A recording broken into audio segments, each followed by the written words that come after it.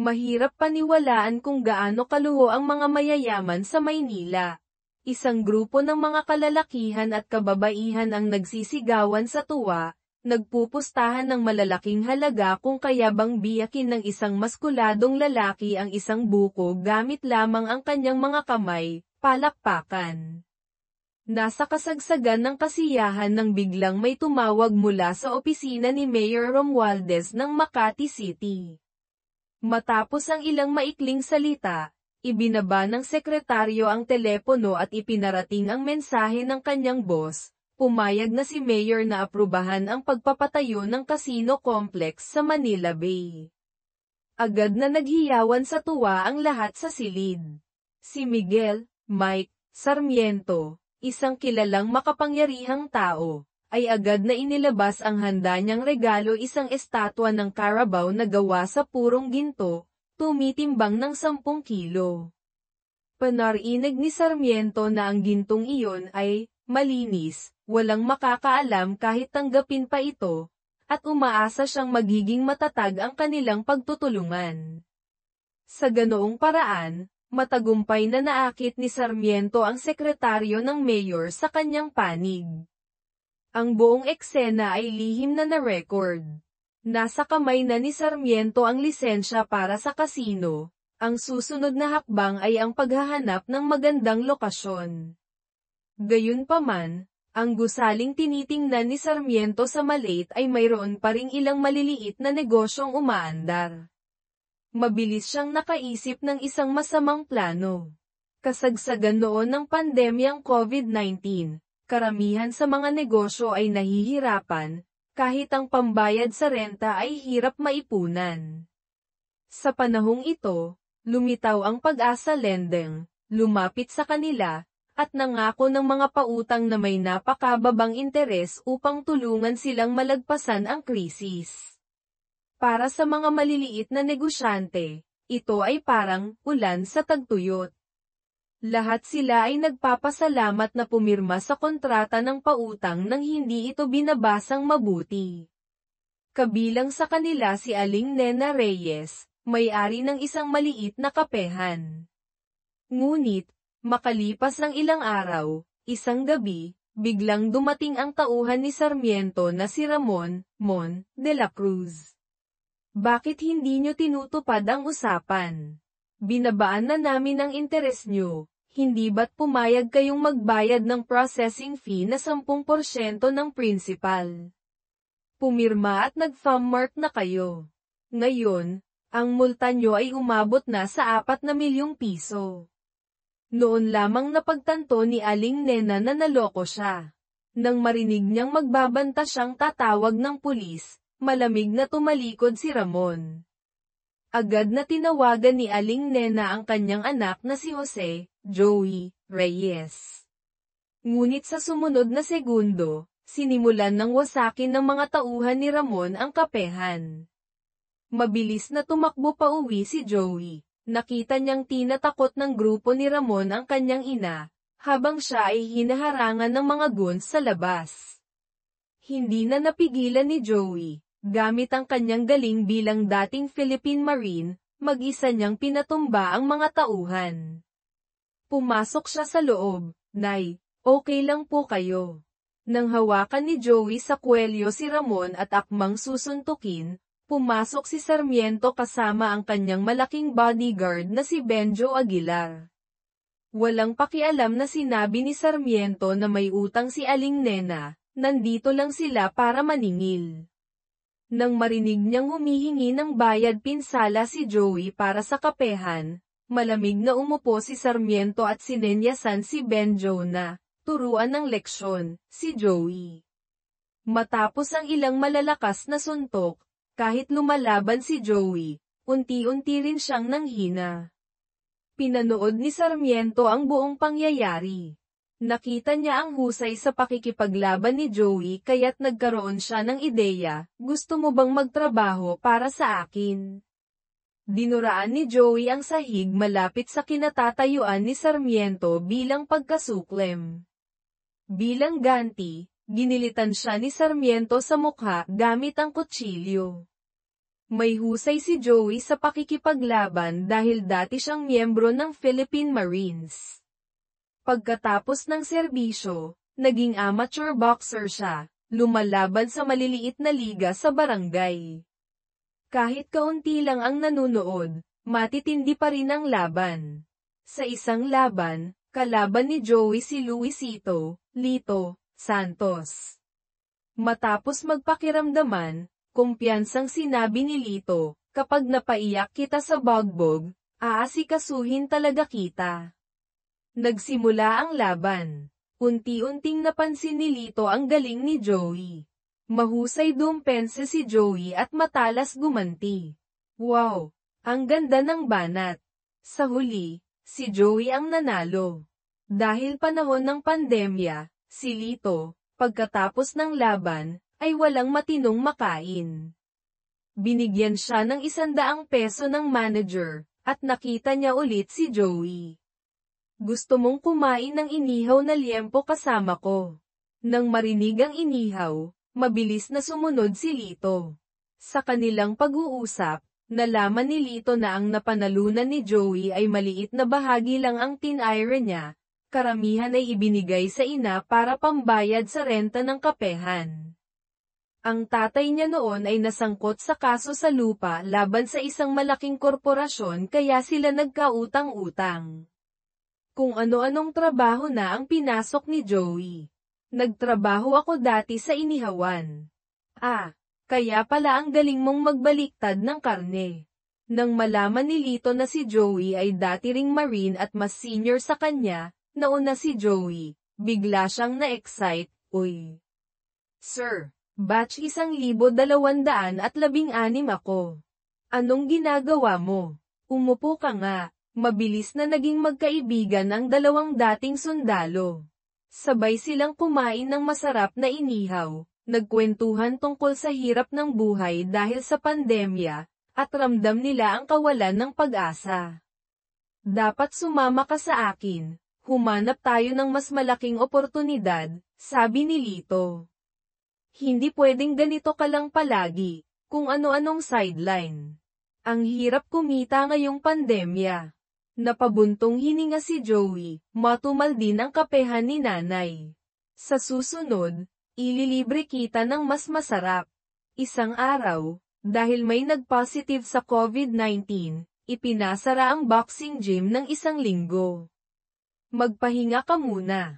Opo, coach. Dahil walang magawa, naisipan ni Joey na hanapin si Lito para mag-ensayo. Sa daan, nakita niya ang isang babaeng nakaitim na humahabol sa isang lalaking mukhang taong grasa. Si Joey, na may pagkamatulungin, ay agad hinabol ang babae para alamin ang sitwasyon, iniisip na biktima ang taong grasa. Bakit mo siya hinahabol? Sino nag-utos sa'yo? Manloloko ang gagong yun. Huwag kang makialam. Sa unang pagkakataon na makakita ng babaeng ganoon kalakas at kabilis, natulala si Joey saglit. Ang sugat sa mukha na gawa ni Sarmiento ay nangailangan ng mahigit 30 tahi. Dahil baon pa rin sa utang, tinanggihan ni Joey ang cosmetic surgery para tanggalin ang peklat. Dahil sa banta ni Sarmiento noong gabing iyon, hindi rin siya naglakas loob na magsumbong sa pulis. Maingat na tiningnan ni Lito ang kontrata ng pautang na pinirmahan ni Aling Nena. Ang mga probisyon tungkol sa processing fee at napakataas na interes ay nakasulat sa napakaliit na letra, nakatago sa isang sulok. Malinaw na isang patibong. Malinaw na panloloko to. Mahirap talagang hindi mabiktima. Dahil ang bahay ay parang naisangla na rin dahil sa kontrata. Ang tanging naiisip ni Joey ay humanap ng paraan para mabayaran agad ang utang. Kain muna tayo, sabi ni Lito. Libre ko. Huwag na. Si Lito, na may pagkamatulungin, ay agad na hinanap ang dating manager sa gym, na nag-alok sa kanya ng trabahong paniningil, para humingi ng tulong. Mukhang naging bukas palad ang manager, nag-alok na tutulungan si Joey na mabayaran ang utang, na may simbolikong 1% interes kada araw.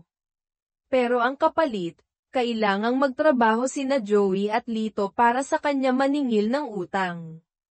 Depende sa performance mo, bibigyan kita ng magandang komisyon. Sa loob ng 1 taon, kailangan mong maging aso ko. Malaking oportunidad to. Kailangan po bang manakit, boss? Tanong ni Joey. Ang kumita ng pera sa pananakit, trabaho lang yan ng mga gangster, dagdag ni Lito. Buong tapang nilang tinanggihan ang alok.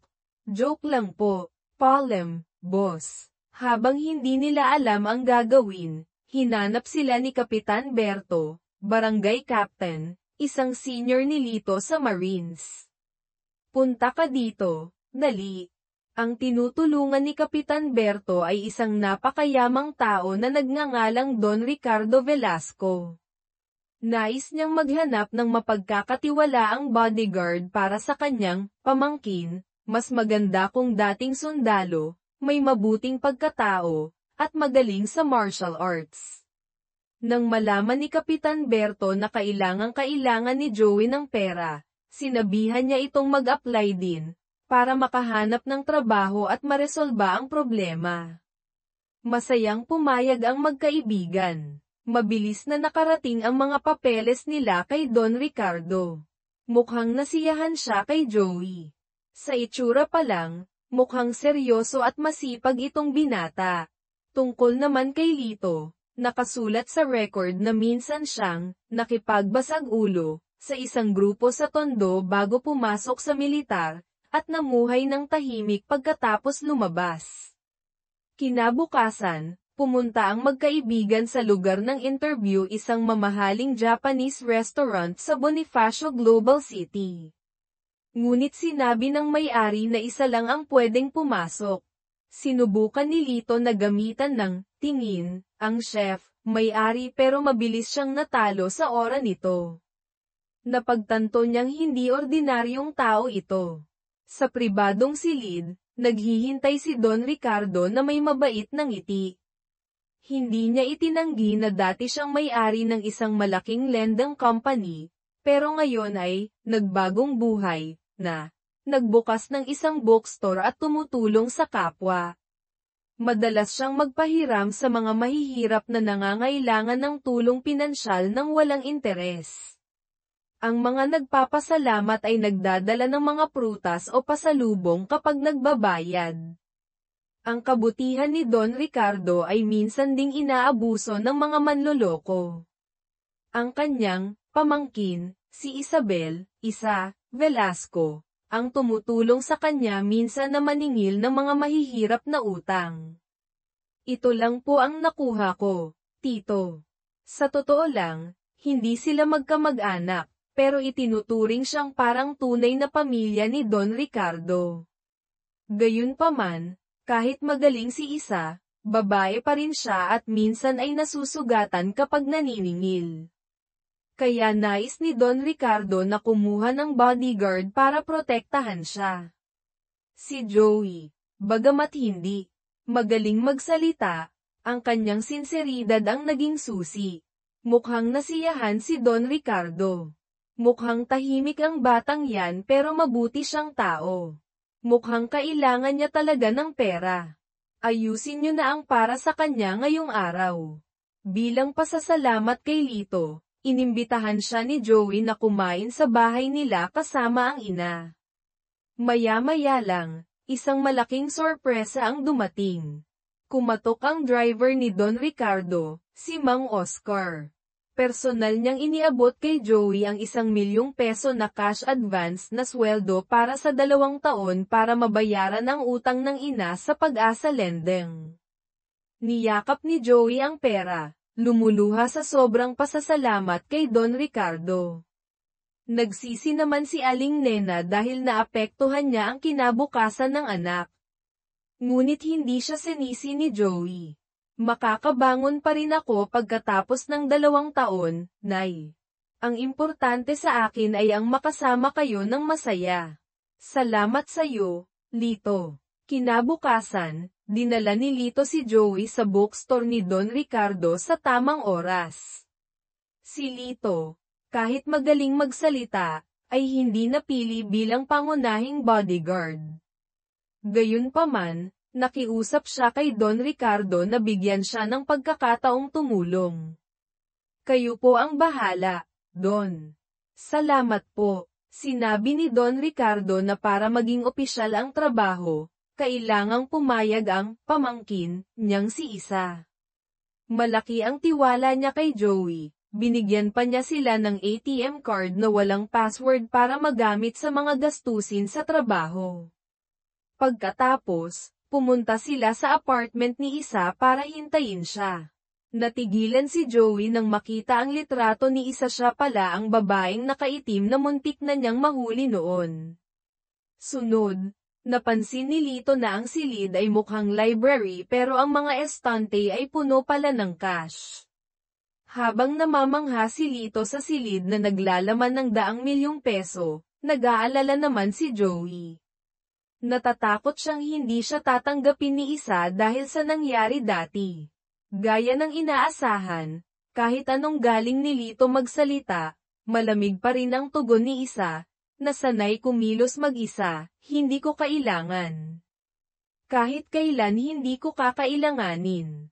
Lumayas kayo." Pero sabi ni Don Ricardo, "Pwede kaming magstay dito, umalis na kayo," sabi. Hindi tulad ni Lito na galit na lumabas, lumuhad si Joey. Nagamit na niya ang pera para pambayad utang.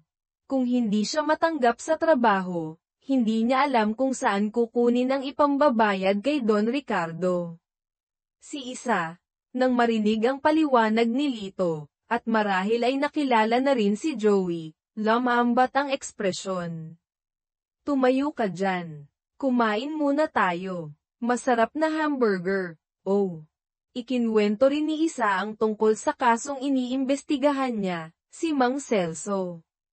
Nagsinungaling itong may malubhang sakit ang ina para makahiram ng ₱500,000 kay Don Ricardo, tapos ay naglaho.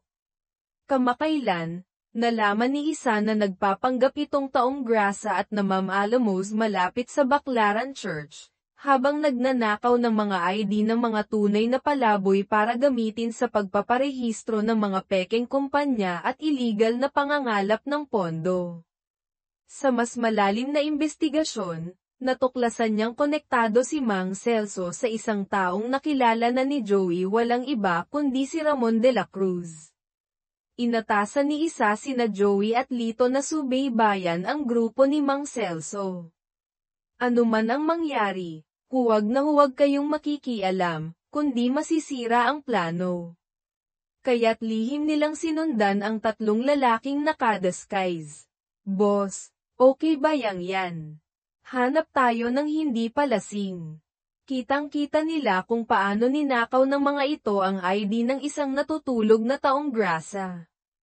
Nang mapansin sila at isiniwalat ng isang matandang lalaki, binugbog nila ito. Kahit alam nilang pinagbilinan sila ni Isa na huwag makialam, ang konsensya ng dalawang dating sundalo ay nag-uudyok sa kanilang kumilos. Pero si Joey, dahil sa kanyang kabutihang loob, ay kumilos pa rin. Pinalaki mo ang gulo. Buhay ng tao ang pinag-uusapan dito. Tulad ng inaasahan, nagalit ng husto si Isa Velasco nang malaman ang nangyari. "Paano na to? Paano na? Nakakahiya." Sa pamamagitan ng diplomasya ni Lito Santos, nakakuha sila ng 5 minuto para makausap si Isa. "Ayusin lang natin ang pakikitungo natin. Mag-sorry tayo agad. Sabihin nating susunod na tayo, huwag na siyang magalit. Hindi na tayo pwedeng magtrabaho ng magkasama," galit na sabi ni Isa. "Ang plano ko ay tahimik na sundan si Mang Celso para makakuha ng ebidensya. Yung ganoong klaseng pagbabalat kayo, kung ako yun, kahit 100 metro ang layo, makikilala ko pa rin. Susunod na po kami, huwag na kayong magalit." Ipinakita ni Joey kay Isa ang mahabang peklat sa kanyang mukha. Ipinaliwanag niya na kaya siya nakialam ay dahil ayaw niyang maging kasing sama at walang pakialam tulad ng mga tagapag-asa lendeng. Dahil sa mga tapat na salitang ito, humupa ang galit ni Isa at pinatawad sila. 10:00 ng umaga bukas, sa opisina ko. Sabi ko na nga ba? Nakahinga ng maluwag si Lito. Hindi nagkamali si Isa, mabilis na isinumbong ni Mang Celso kay Ramon de la Cruz na sinusundan siya. Nagalit si Ramon at agad na pinuntahan ang bookstore ayon sa itinuro ni Mang Celso. Sa kabutihang palad, nakita agad ni Isa ang kanilang pagdating sa CCTV. Mabilis niyang pinatay ang mga ilaw, isinara ng mahigpit ang roll-up door, at nagtago sa loob kasama sina Joey at Lito. Inutusan ng tusong si Ramon si Mang Celso na sipain ng malakas ang roll-up door. Umalingaw-ngaw ang tunog ng bakal, patunay na matibay ito. Kailangan ng heavy equipment para masira to, bulong ni Ramon. Sumenyas siyang umalis na sila. Nang makaalis na ang grupo ni Ramon, saka lamang nakahinga ng maluwag ang tatlo sa loob. Kung paano sila natunton sa bookstore, hula ni Joey ay noong nakikipagbuno siya sa mga tauhan ni Mang Celso sa Baklaran. Ang suot niyang sombrero ay ang sombrerong isinuot ni Isa ilang araw na ang nakalipas. Ang pagsipa naman sa pinto ay para subukan ang tibay nito. Dumating na rin si Don Ricardo Velasco matapos malaman ang balita. Nang marinig ang buong kwento, nadismaya siya kay Isa dahil sa padalos-dalos na kilos. Pero sumagot agad si Isa, "Mas dismayado po ako sa inyo, Tito. Isang utos nyo lang sa mga tao nyo, tapos na sana si Mang Celso at pati si Ramon." Pinakita niya kay Don Ricardo ang peklat ni Joey, diretsahang sinabi na kung hindi parurusahan ang masasamang tao, mas marami pang mabubuting tulad ni Joey ang masasaktan nila. Yung perang pinapahiram nyo sa mahihirap, Tito, sa bulsa lang din ng masasama mapupunta.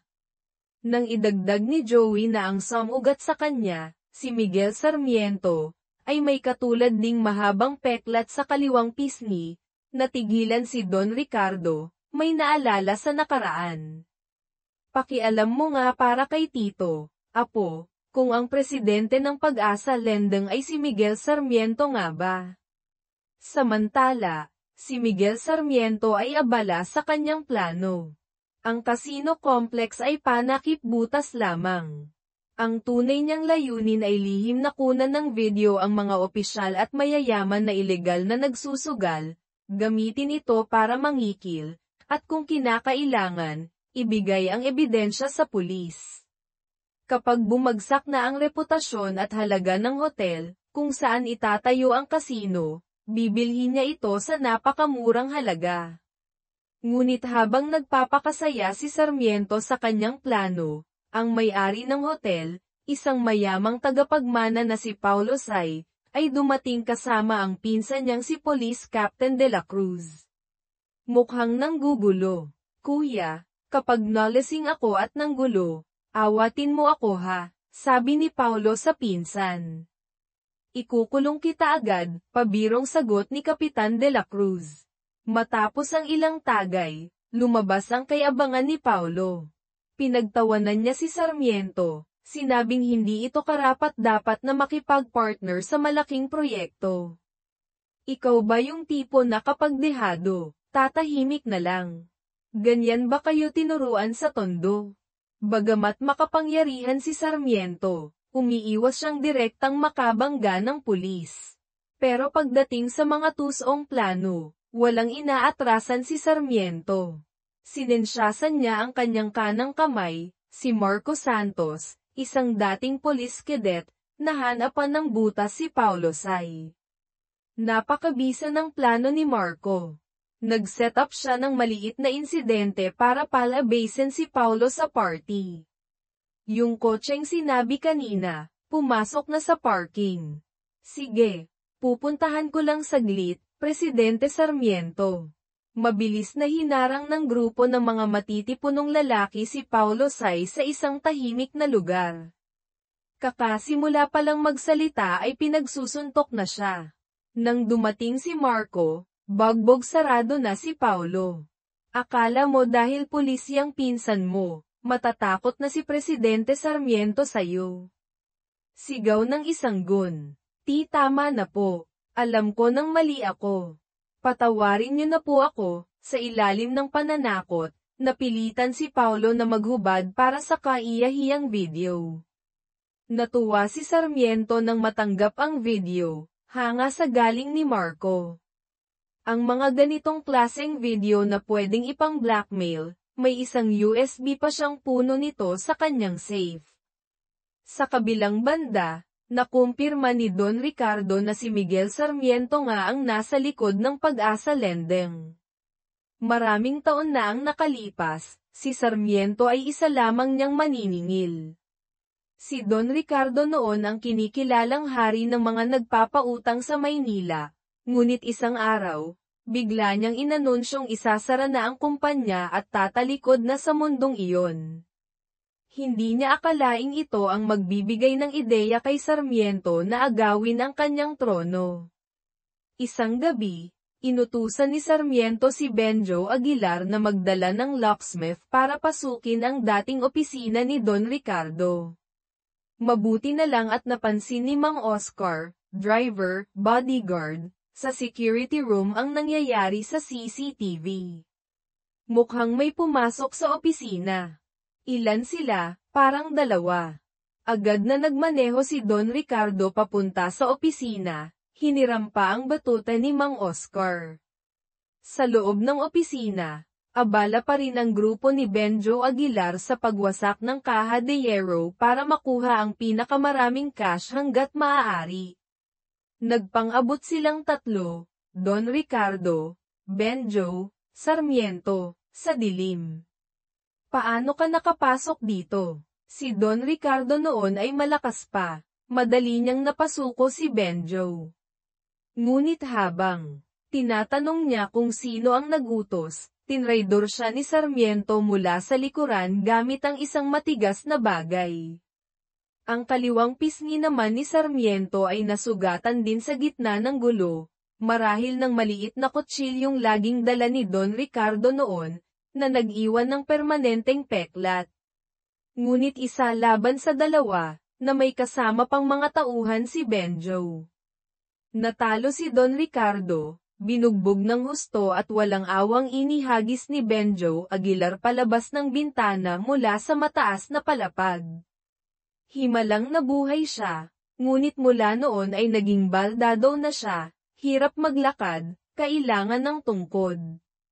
Kinuha ni Sarmiento ang lahat ng pera sa kaha, pagkatapos ay sinunog ang opisina para walang ebidensya. Ito rin ang dahilan kung bakit ayaw ni Don Ricardo na halungkatin pa ni Isa ang mapanganib na nakaraan. Napag-isipan ko na, malungkot na sabi ni Don Ricardo kay Isa. Hindi tayo titigilan ng mga yun. Isara na rin natin itong bookstore. Matanda na si Tito. Pagod na.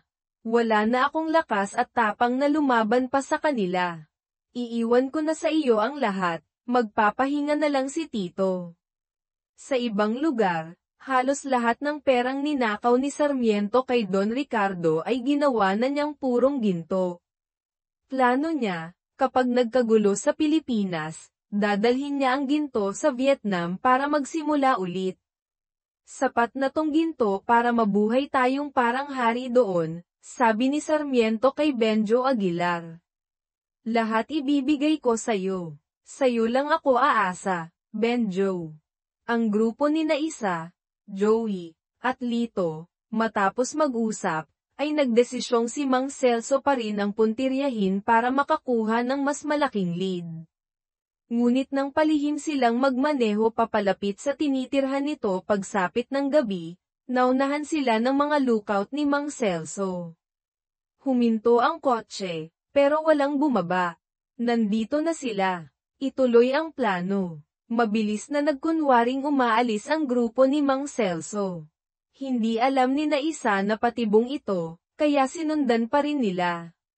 Bumaba sina Joey at Lito, sinundan si Mang Celso papasok sa isang LRT, MRT station. Agad silang sinalubong ng isang grupo ng mga lalaking may dalang mga pamalo at tubo mula sa magkabilang direksyon. Wala nang atrasan, kailangang lumaban ng dalawang martial artist. Si Ramon de la Cruz, na nagbibigay ng utos sa malayo gamit ang radyo, nang marinig na kasama si Joey sa grupo, ay agad inutusan si Mang Celso na dalhin ang mga tao nito sa bahay ni Aling Nena Reyes. Samantala, sa istasyon ng tren, nagsimula na ang matinding bakbakan. Si Isa, na nasa labas para magbigay suporta, matapos matanggap ang tawag ni Lito at may paalam agad kay Don Ricardo ang sitwasyon, ay mabilis na kinuha ang kanyang batuta at taser, at sumugod sa loob para tumulong. Nagtulungan ang tatlo at sa huli ay napatumba nila ang mahigit 10 guns. Kasabay nito, kakaladkad pa lang ni Mang Celso si Aling Nena palabas ng bahay nang harangin sila ng isang misteryosong lalaki. Matapos madaling mapatamba ang dalawang kasama ni Mang Celso, hinabol ng lalaki si Mang Celso, na sa sobrang takot ay binitawan si Aling Nena at tumakbo palayo. Nang masigurong ligtas si Aling Nena, binalikan ng lalaki si Mang Celso para turuan ng leksyon. Tumahimik ka, bata. Lumalabas na si Don Ricardo. Matapos matanggap ang tawag ni Isa, ay nahulaan agad na gagawa ng masama ng grupo ni Sarmiento si Aling Nena. Kaya ipinadala niya agad ang may-ari ng sushi restaurant, si Master Kenji Tanaka, para sumaklolo. Si Master Kenji pala ang isa sa pinakamagagaling na tauhan ni Don Ricardo noon. Si Kapitan Berto naman, na pinapunta rin ni Don Ricardo sa istasyon ng tren, ay dumating nang tapos na ang laban. Naayos na ni Naisa, Joey, at Lito ang mga kalaban. Dinala ni Don Ricardo si Aling Nena sa isa niyang ligtas na lugar. Nang magkatipon na silang lahat, seryosong nagsalita si Don Ricardo, hindi na ito kaya ng kayong tatlo lang. Para matapos ang gulong ito, kailangang may mawala. Alam na nila ang address ni Joey, delikado nang bumalik doon. Napabuntong hininga siya, si Sarmiento naman, matagal na niya akong gustong ipapatay, ay patamba. Kung hindi na uobra ang pagtatago, kailangan na nating singilin pati ang mga lumang utang. Lumalabas na noon, hindi lang inagaw ni Sarmiento ang yaman ni Don Ricardo, kundi tinangkarin niyang iligpit ang iba pang mga kasamahang tumiwalag kasama niya.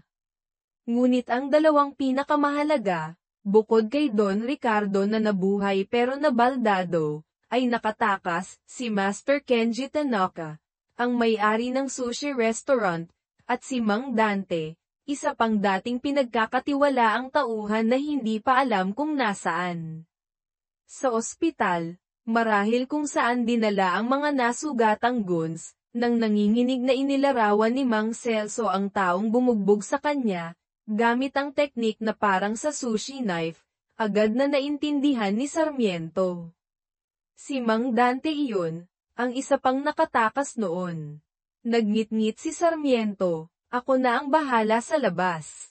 Bantayan mo lang ang proyekto sa kasino. Malaking tulong na yun, sabi niya kay Marco Santos. Ayon kay Celso, mayroon pang hindi bababa sa 5 bilyong piso na cash si Don Ricardo. Kapag nakuha natin yun, tuloy-tuloy na ang kasino. Magaling. Bagamat kilala ni Sarmiento ang mga dati niyang kasama, hindi naman natutulog sa pansitan sina Master Kenji at Mang Dante. Matagal na tayong hindi nagkita. Hindi ka na kasing gwapo ng dati. Marahil ay biruan nila nang magkita ulit. Mabilis nilang inalam ang mga detalye tungkol sa mga kasalukuyang pangunahing tauhan ni Sarmiento. Sa kabilang dako, ang grupo ni Naisa, Joey, at Lito, sa utos ni Don Ricardo, ay lihim na inililipat ang lahat ng natitirang cash mula sa bookstore. May kariton ba? Nasa bodega sa ibaba. Ngunit, habang bumababa sina Joey at Lito para kunin ang kariton, pumasok si Benjo Aguilar na nag-aabang pala. Nahalatang may masamang balak ito, naghanda agad ang dalawa. Bakit ka naghuhubad? Tanong ni Lito kay Joey. Mainit makipaglaban ng hindi naghuhubad, sagot ni Joey. Sugod na. Sige. Si Benjo ang taong kayang mag-isang ihagis si Don Ricardo pababa ng bintana, kaya kahit magtulungan sina Lito at Joey, nahirapan pa rin sila ng husto. Samantala, nakita rin ni isa sa CCTV sa itaas ang nangyayari. Habang pababa siya para tumulong, tinambangan siya ni Marco Santos, na nakatakas na pala. Mabuti na lang at mabilis ang reaksyon ni isa, naiwasan niya ang unang atake at nakatakas. Nang makitang hinahabol siya ni Marco, napilitan siyang lumaban. Ginamit ni isa ang kanyang liksi, nahanap ang susi ng posas ni Marco, o posas niya mismo, at matapos makawala, kung nahuli man, ay mabilis niyang naiposasan si Marco sa isang matibay na tubo sa bodega. Nang makita ni Joey na muntik nang mapuruhan ng pala si Lito ni Benjo, nagdilim ang kanyang paningin, sunod-sunod niyang sinuntok si Benjo hanggang sa mawalan ito ng malay. Kinailangan pa siyang awatin ni Lito. Habang tinatalian nila ng cable si Benjo, dumating si isa. Nang makuha na nila ang kariton at makaakyat, wala na si Marco Santos, nakawala na ito. Nakabalik na pala si Marco sa kanyang sasakyan at nagre-report kay Sarmiento sa telepono, hindi ko makontak si Benjo. Malubha rin ang tama ko sa mukha at labi. Kailangan ko munang pumunta sa klinik. Gago ba to? Gusto mo na bang mamatay? Sigaw ni Sarmiento sa telepono. Gusto mo bang ikaw ang unahin kong ipapatay, ay patambo bago sila? Walang nagawa si Marco kundi manatili sa lugar at maghintay ng backup. Nailipat na ang lahat ng pera mula sa bookstore papunta sa isang malaking van. Hahabulin na sana ni Isa, Joey, at Lito nang dumating ang mga tauhan ni Sarmiento, na itinuro ni Marco. Nagsimula ang isang makapigil hiningang car chase sa mga kalsada ng Maynila. Tawagan mo si Joey. Kailangan dikit lang tayo. Bilisan mo, sigaw ni isa sa radyo. Dahil mabigat ang van ni Joey dala ng pera, nahihirapan silang makatakas. Ngunit dahil sa galing magmaneho ni isa, nagawa niyang i-disable ang kotse ni Marco, o ng backup, pansamantalang naharangan ang daan. Pero hindi basta-basta sumusuko ang mga tauhan ni Sarmiento para sa 5 bilyong piso. Napalibutan sila. Wala nang pagpipilian si isa kundi gumawa ng mapanganib na maniobra. Sa gitna ng kaguluhan, nasira ng tuluyan ang kotse ni isa. Napilitan sina Isa at Lito na dalhin ang ilang pinakamahalagang bag, kahon, marahil konting ginto o dokumento, at tumakbo papunta sa van ni Joey na naghihintay di kalayuan. Mabilis na itinapon ni Joey ang ilang kahon ng pera palabas para magkaroon ng espasyo. Sa huli, dahil hindi na kayang dalhin lahat, naiwan ang malaking bahagi ng cash sa sirang kotse. Ilang saglit bago sila maabutin, matagumpay na nakasakay sina Isa at Lito sa van ni Joey at nakatakas. Sa kabilang linya, si Don Ricardo, matapos malaman ang balita at masigurong hindi malubhang nasaktan ang tatlo, ay bahagyang nakahinga ng maluwag, kahit pa nawala ang pera. Kumusta kayo? Ano man ang nangyari, bukas pumunta kayo sa restaurant. Nawala ko po ang pera, Tito. Pasensya na po, puno ng pagsisising sabi ni Isa. Ang importante, sigurado ka bang hindi ka nasaktan? Tanong ulit ni Don Ricardo. Mas inaalala ang kanilang kaligtasan. Opo, Tito. Ngunit ang mga kalupitan ni Miguel Sarmiento sa mga nakaraang taon ay hindi na makayanan pa ni Don Ricardo Velasco. Nagpasya siyang gumanti agad. Inutusan niya si Master Kenji Tanaka na sundan si Benjo Aguilar na sugatan, matapos makipaglaban kina Joey at Lito, na dinadala sa ospital, at sabayan ito ng motorsiklo para matukoy kung saang ospital, Makati Medical Center, madalas dalhin ni Sarmiento ang kanyang mga tao. Bagamat hindi gaanong malubha ang mga pinsala ni Benjo, maliban sa mga pasa at posibleng bahagyang pinsala sa eardrum, nahulaan pa rin ng tusong si Sarmiento ang plano.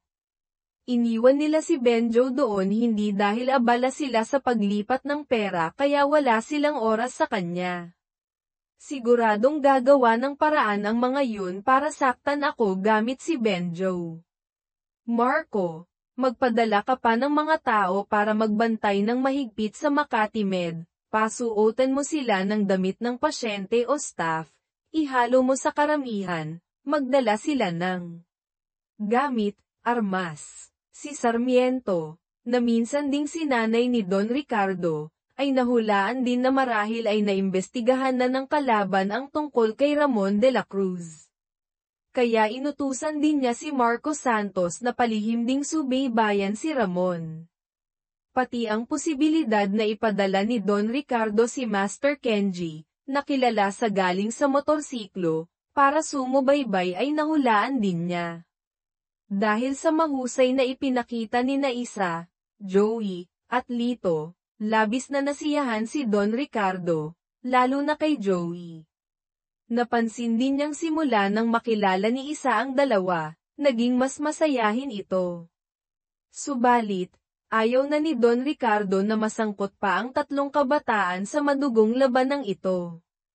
Sinabihan niya si Joey na dalhin ang ina nitong si Aling Nena sa Palawan para magtayo ng maliit na kapehan, at siya na ang bahala sa lahat ng gastos. Gusto ko pong tumulong, Tito, mariing sabi ni Joey. Hanggat hindi nahuhuli si Sarmiento. Malaki na ang naitulong mo, iho. Hindi po, gusto ko pong tumulong hanggang sa huli. Nagpunta ang grupo sa sushi restaurant ni Master Kenji.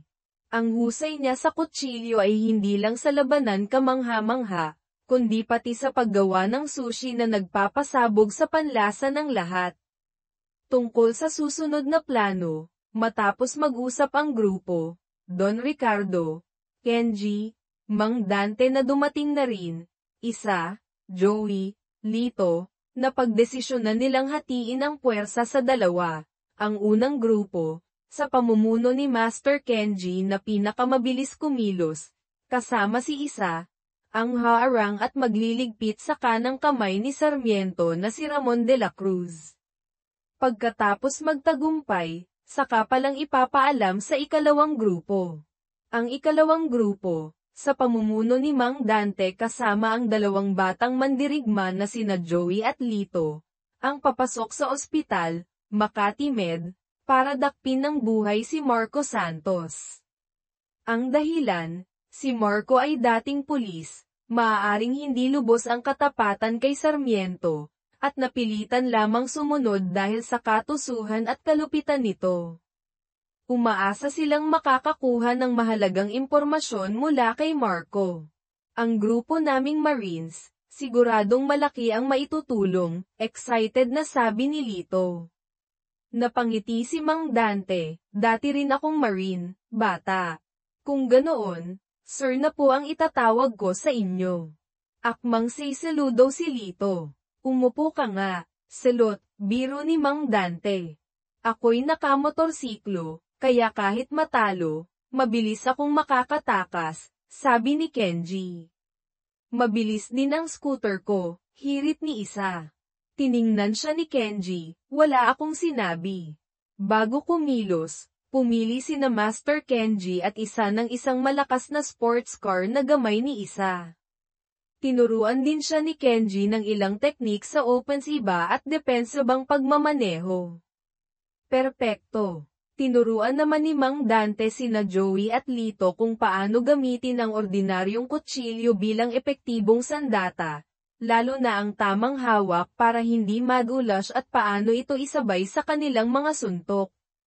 Ang ganitong hawak sa kutsilyo, ibig sabihin, may alam to, paliwanag ni Mang Dante sa isang partikular na hawak. Nang handa na ang lahat, nagsimula na ang operasyon. Sa sasakyan, binili ng mabuti ni Mang Dante sina Joey at Lito. Pagpasok niya sa ospital, kapag nagbigay siya ng hudyat na tumakas, maaaring isang lihim na senadoryas, kailangang umalis agad sila nang walang pag-aalinlangan. Siya na ang bahala sa loob. Malinaw na handa si Mang Dante sa pinakamasamang mangyayari. Sa panig ni isa, nang makita niya ang sasakyan ni Ramon de la Cruz na pumasok sa isang tahimik na lugar, posibleng underground parking, agad niyang sinabihan si Kenji. Mag-isang pumasok si Kenji sa paradahan gamit ang motorsiklo. Plano niyang isang saksak lang ay tapos na si Ramon paglabas nito ng kotse. Nagtagumpay ang plano, ngunit nang paalis na si Kenji, binangga siya ng sasakyan ng mga tauhan ni Ramon, na nakaabang na pala. Sumunod ang isang matinding rambulan. Mabuti na lang at dumating agad si isa para sumuporta. Sa tulong niya, nakatakas ang sugatang si Kenji.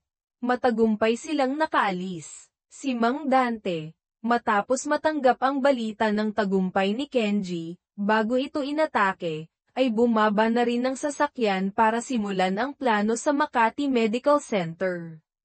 Sakto namang nakita niya si Marco Santos na pumasok sa hagdanan.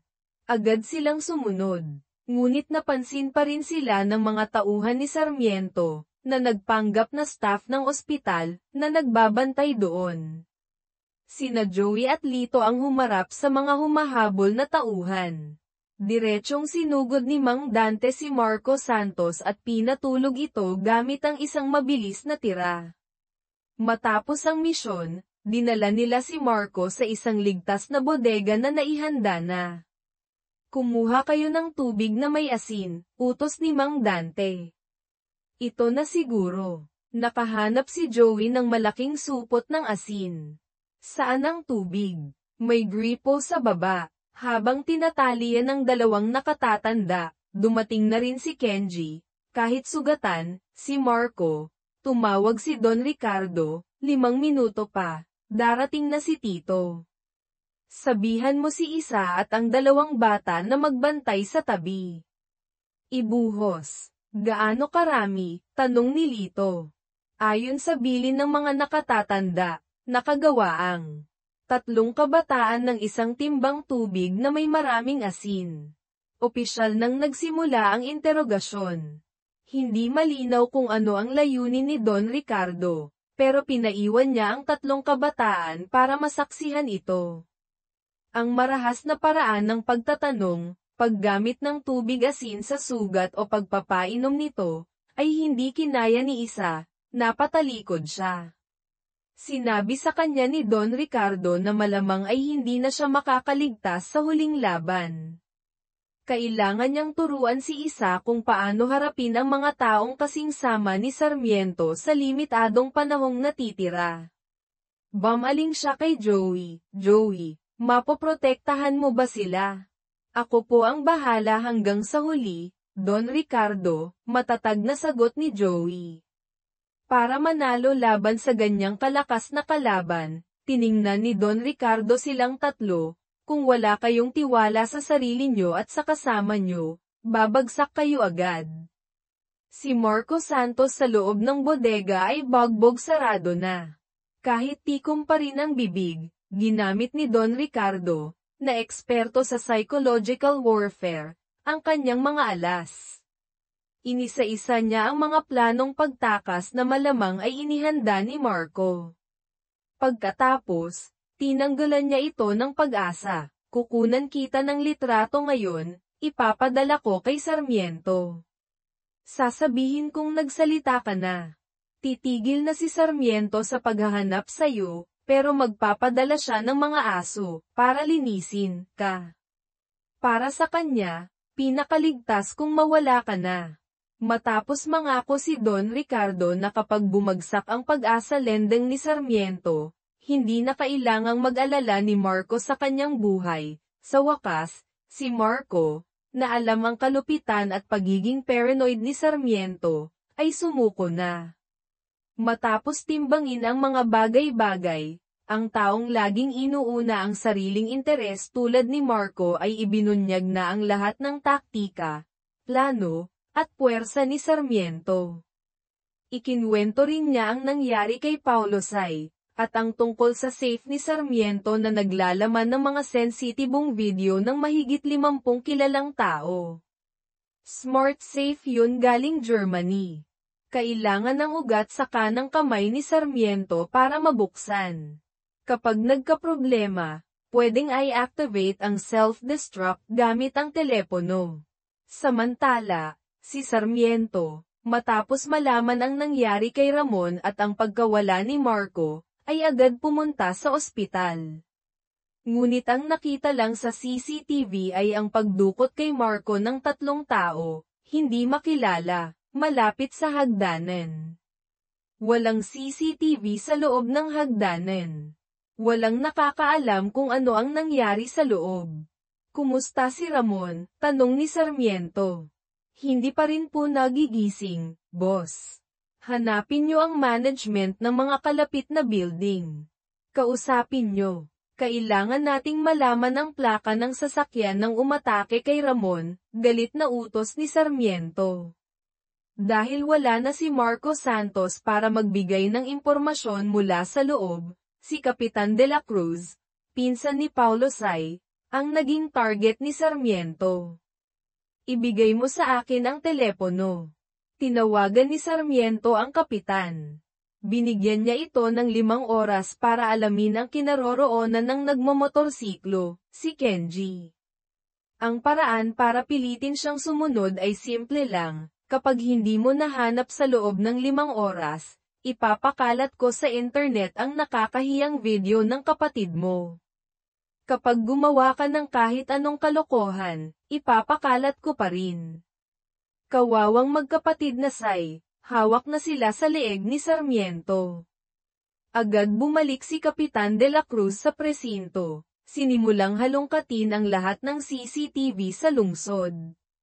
Si Paulo Say naman ay nagmamakaawa sa pinsan na magtagumpay ito, ayaw niyang masira ang buhay niya.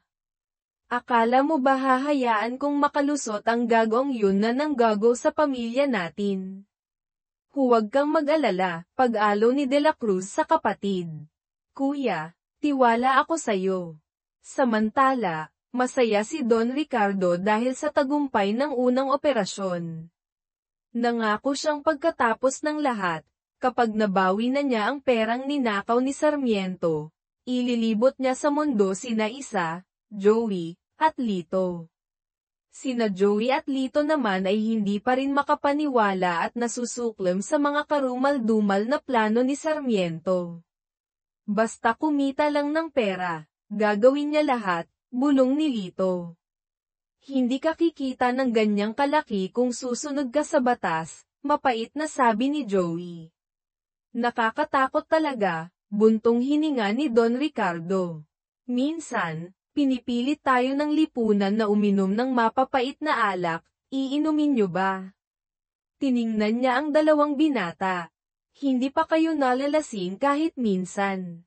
Iniisip na malamang ay puspusan na ang paghahanda ni Sarmiento para sa huling laban. Sinabi ni Don Ricardo na ang kailangan nilang gawin ngayon ay mabilis na makuha ang USB drive sa safe, para gawing kakampi nila ang mga kaaway ni Sarmiento.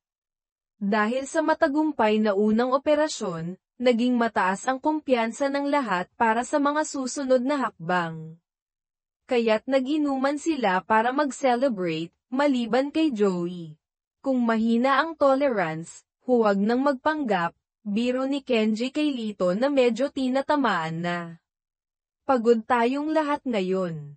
Oo, umuwi na kayo ng maaga para makapagpahinga. Magandang gabi po. Tito, Sir Kenji, Sir Dante. Nang makauwi na ang lahat, Sa unang pagkakataon ay nagtapat si Don Ricardo ng kanyang saloobin kay Joey. Lumalabas na ang dahilan kung bakit niya binuwag ang kumpanya noon ay dahil sa mga gawain ni Sarmiento na palala ng palala. Marami siyang tinulungang mahihirap noon na pinahiram ng walang kondisyon. Ngunit lingid sa kaalaman niya, ginamit ni Sarmiento ang pangalan niya para maningil ng kung ano-anong bayarin, na nagtulak sa mga taong iyon sa desperasyon. Kabilang dito ang ama ni Isa Velasco. Maaaring hindi nakabayad at tinakot ni Sarmiento hanggang sa mapahamak.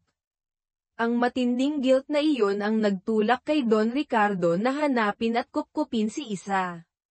Kaibigan siya, ng papa ko, sabi noon ni Isa kay Joey tungkol kay Don Ricardo. Daddy, maaaring tawag ni Isa kay Don Ricardo kapag sila lang. Ilang taon nang nabubuhay si Don Ricardo sa pagsisisi. Ang taong tunay na masama ay hindi nakakaramdam ng pagsisisi, Don Ricardo, sabi ni Joey. Ang alam lang nila ay mang-api ng mas mahihina sa kanila. Magtutulungan po tayo, mahuhuli natin si Sarmiento. Balang araw, tiningnan ni Don Ricardo si Joey ng may pagmamahal, ipagbubukas kita ng boxing gym. Sa ikalawang palapag, pwedeng magtayo ang nanay mo ng kapihan. Ako po ang dapat magpasalamat, Tito. Nakikita ko sa iyo ang sigla ng kabataan at ang katapatan, Joey. Sa kabilang banda, dahil sa sipag at pressure, natuntun din ni Kapitan de la Cruz ang address ng bahay at sushi restaurant ni Master Kenji Tanaka, ang huling lugar kung saan nakita ang motorsiklo nito sa CCTV. Si Sarmiento naman, na nawalan ng dalawang importanteng tauhan, si Ramon ay comatose, si Marco ay bihag, ay handang-handa na sa kanyang ganti. Dala ang mahigit 100 armadong tauhan, dumiretso siya sa lugar ng bahay at sushi restaurant ni Master Kenji. Kasabay nito, natuklasan na rin niya ang lugar kung saan tinanong si Marco. Marahil may iniwang bakas si Marco o dahil sa investigasyon. Naghihinala siyang nagsalita na nga si Marco. Isang grupo ng tauhan ni Sarmiento ang naghahalughog sa bahay ni Kenji, base sa address sa ID. Kumatok sila sa pinto at nagpanggap na kapitbahay sa ibaba. Sino yan? Tanong ng buntis na asawa ni Kenji. Tumutulo po ang kisame namin. Pwede po bang petangnan? Sino daw? Tanong ni Kenji sa asawa. Yung taga-baba raw, tumutulo daw ang kisame nila. Agad nakutuban ni Kenji na may mali. Hinayla niya ang asawa papasok sa kwarto. Tumawag ka agad ng pulis. Huwag na huwag kang lalabas. Kinandado niya ang pinto ng kwarto, habang naghahanda sa pakikipaglaban. Ngunit hindi kaya ng isang tigre ang isang kawan ng lobo. Nang bumagsak ang sugatang si Kenji, sakalang pumasok si Sarmiento. Tinanong niya kung nasaan si Don Ricardo at ang iba pa. Nang hindi magsalita si Kenji, o sinadyang magsinungaling, sinenyasan ni Sarmiento ang mga tauhan na, iligpit, na silang mag-asawa. Mula sa impormasyon sa bahay ni Kenji o sa mga tauhang nagmamanman, nalaman ni Sarmiento ang address ng sushi restaurant. Kinaumagahan, ang lahat sa villa ni Don Ricardo ay hindi pa alam ang panganib na paparating. Si Mang Dante, pagkatapos mag-almusal, ay papunta na sa sushi restaurant, hindi alam na ang kanyang assistant, na naiwan sa tindahan, ay pinatay na. Pagkatapos niyang magbihis ng pang-chef, biglang lumitaw si Sarmiento kasama ang kanyang mga tauhan. Paano ka nakarating dito? Gulat na tanong ni Mang Dante. Sinabi sa akin ni Kenji Tanaka, walang kagatol-gatol na pagsisinungaling ni Sarmiento. Iipinapatay mo na sila. Nanggigigil na tanong ni Mang Dante. Si Sarmiento ay armado mula ulo hanggang paa. Kasama pa ang napakaraming tauhan, kaya kahit lumaban ng buong tapang si Mang Dante, hindi niya ito nakayanan. Sa huli, bumagsak si Mang Dante sa kamay ng dati nilang kasamahan ni Don Ricardo. Matapos maligpit ang dalawang huling haligi ni Don Ricardo, dumiretso si Sarmiento kasama ang lahat ng tauhan sa villa nito. Dahil si Isa at Joey ay naghatid kay Aling Nena sa probinsya, o sa ibang ligtas na lugar, tanging sina Don Ricardo at Lito na lang ang nasa bahay. Brutal na pinasok ng mga tauhan ni Sarmiento ang villa. Sa basement tayo, sigaw ni Don Ricardo. May mga baril doon. Lito, pigilan mo sila dito. Bilisan mo, kunin mo ang mga baril. Humarap si Lito sa daan-daang armadong kalaban ng walang takot, lumaban na parang batang leon. Ngunit isa laban sa 100. Halatang napapagod na si Lito. Sa huli, pinagtulungan siya at nawalan ng malay. Si Benjo Aguilar naman ay nakapasok na sa basement. Bagamat may baril si Don Ricardo, limitado lang ang bala, at hindi na kasing liksi ng dati ang kanyang katawan. Muli siyang nahulog sa kamay ni Benjo Aguilar. Ang utak ng lahat, si Miguel Sarmiento, ay nagpakita na. Wala nang lakas si Don Ricardo para lumaban pa. Sa huli, pumanaw siya sa kamay ng demonyong minsan niyang kinupkop at tinuruan. Nakita ang ginto at pera sa safe sa basement, halos mapunit ang bibig ni Sarmiento sa pagtawa. Inutos niyang sunugin ang villa para walang maiwang bakas. Nang makabalik sina Isa at Joey, nagliliyab na ang villa. Walang pag-aalinlangang sumugod si Joey sa loob. Natagpuan niya at nailabas si Lito na walang malay sa gitna ng apoy. Tumakbo si Isa pababa sa basement, nakita ang bangkay ni Don Ricardo, at tuluyan ng gumuho ang kanyang mundo. Tito Ricardo, gumising po kayo. Lolo, nasa panganib ang sitwasyon, pilit na inilabas ni Joey si Isa na humahagulgol, habang kailangan nilang isugod si Lito sa ospital. Sa ospital, dahil sa tindi ng mga sugat at posibleng kakulangan ng dugo, dahil sa pandemya o ibang dahilan, walang sapat na dugo na O-type, o type ng dugo ni Lito. Hindi nagdalawang isip si Joey, agad siyang nag-alok na mag-donate. Sapat na po ba to para mabuhay si Lito, Dok? Tanong ni Joey sa doktor. Mukhang kailangan pa ng ilang bag. Kung ganoon, kunan niyo pa po ako ng isa pa. Hindi ako mamamatay sa konting to. Kailangan kong iligtas ang kaibigan ko. Salamat sa iyo. Sa labas ng operating room, nakatulala si Isa. Naaalala ang mabait na ngiti ni Don Ricardo, hindi mapigil ang pagpatak ng kanyang mga luha.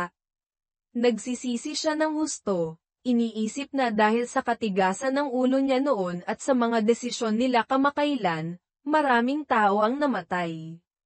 Sa huli, nagpasya si Isa na umalis na lang ng Pilipinas ang lugar na puno ng sakit. Hindi siya nagpaalam, nag-iwan lang ng maikling sulat o wala, na ikinagulat at ikinalungkot ni Joey nang malaman niya, pagkatapos maging stable ni Lito.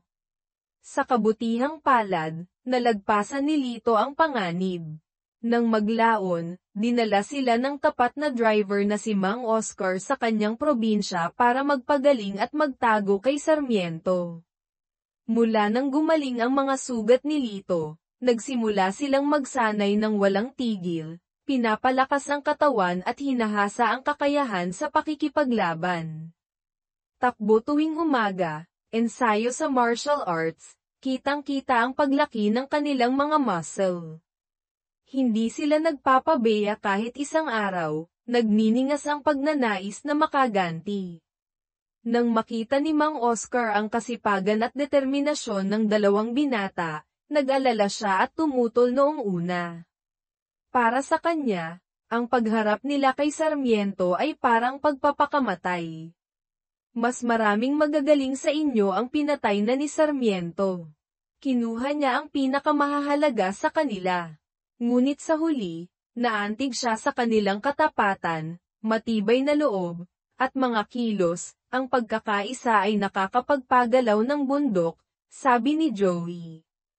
Ibinigay ni Mang Oscar ang huling perang ipon na lihim na iniwan ni Don Ricardo sa kanya. Inayos niya ang kanilang matutuluyan, mas sikreto, at isang lumang sasakyan nang magpasya silang bumalik sa Maynila. Ang tanging hiling niya ay ingatan nila ang kanilang mga sarili.